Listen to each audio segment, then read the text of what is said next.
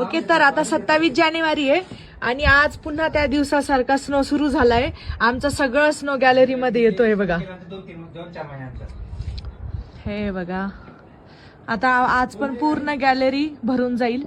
त्या दिवशी गॅलरी वगैरे पूर्ण आम्ही क्लीन केली होती. हे बघा, झाडांवर पण परत आता फुल स्नो आहे रात्रभर. कसं तरी रोड क्लिअर केले होते. त्या दिवशी मी तुम्हाला आमच्या घराच्या समोर पण दाखवलं होतं. रोड आता ऑलमोस्ट क्लिअर झाले होते जेसीबी वगैरे लावून, पण आता पुन्हा स्नो झाला. आता काय करणार. आणि हा जो मेन रोड सोडून जो बाकीचा स्नो असतो तो तर जात नाही लवकर, तो खूप दिवस तसाच असतो. हे बघा, आता संध्याकाळचे 6:30 वाजले. मी तुम्हाला आता दाखवलं जो अंधार आहे, अंधार झालाय. आमचं डिनर झालंय कारण सध्या स्नोफॉलमुळे अचानक टेम्परेचर खूप कमी होऊन जातं, थंडी वाढते. हे बघा, आता स्नो चालू आहे. तर मग आता आम्ही झोपताना काळजी हीच घेतोय की अंगावर आपलं जे थर्मल वेअर आहे ते घालतो आणि जे अंथरूण आहे 2-3 ब्लँकेट आहे, पण त्याच्या खाली आम्ही इलेक्ट्रिक बेडशीट लावलेलं आहे.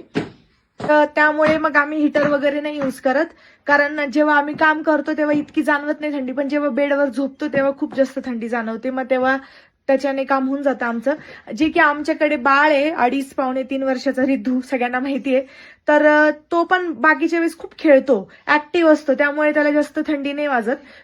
फक्त गरज पडते बेडवरची. बाकी तुम्हाला पॅकिंग तर करावीच लागते. उलनची कॅप, सॉक्स आणि आपले नॉर्मल सॉक्स वगैरे नाही चालत, उलनचेच घालायचे तरच बॉडी गरम राहते. तर अशा पद्धतीने आम्ही काळजी घेतो. आता परत स्नो सुरू झाला. आज 27 जानेवारी आहे. ज्यांना आता सध्या म्हणाले येत असेल शक्यतो तर अजून पण येऊ नका. सो हे सांगायचं होतं. Good night.